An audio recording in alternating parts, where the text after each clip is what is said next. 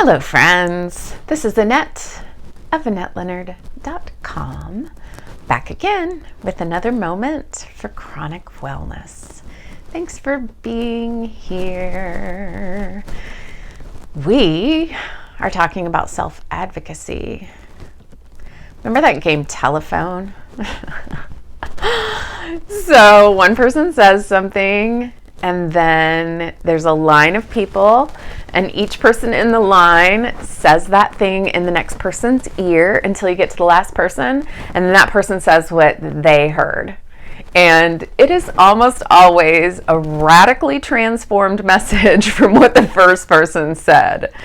So I love how that gives us an example of what happens to communication on down the line.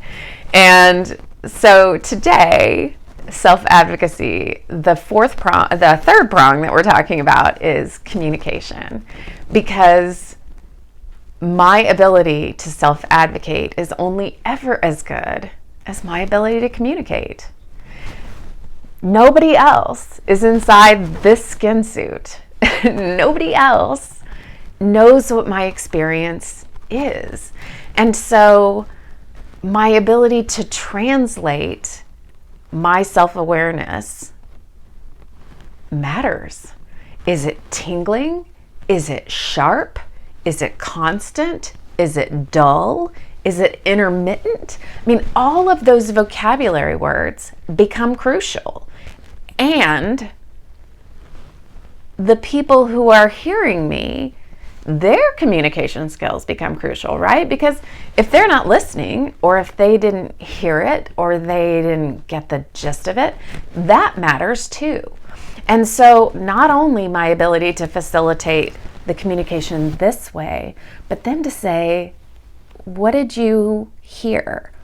What do you think I just said to you? What did you take from what I just told you? What did you understand? Is the second component of that communication, which I'll tell you what, when I'm feeling like garbage, is the last thing I want to do. Like, I don't want to have to be the facilitator, and when I don't, I always lose. Like, when I do not take charge, when I do not take control, take the reins of self-advocacy, I always pay for it. Like, I get less good care, I get less good support, my needs go unmet, the outcomes are always worse. And so, yes, it takes a lot more energy. Yes, it takes a lot more intention. I am always more fatigued at the end of that interaction.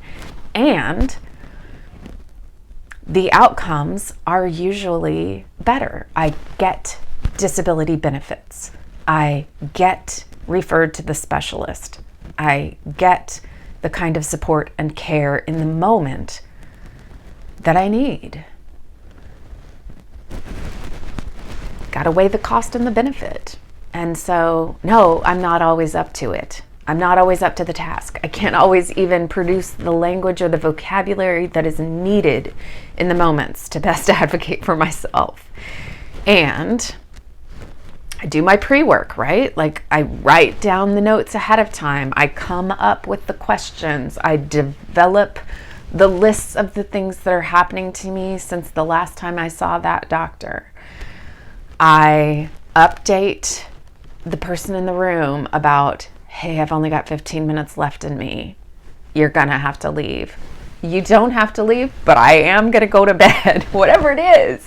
Like, communication is paramount. And if your communication skills are not very developed, this is a muscle that you are gonna have to exercise. And even if they are developed, it's a muscle that you're gonna have to work out more than you want to when you feel like crap. So, communication. The third prong in our self-advocacy tool belt. Communicate with me. I'd love to hear from you. Please leave me a comment or a question or things you'd like to talk about here on this channel. And until we're together again, thank you for being here, and Be well.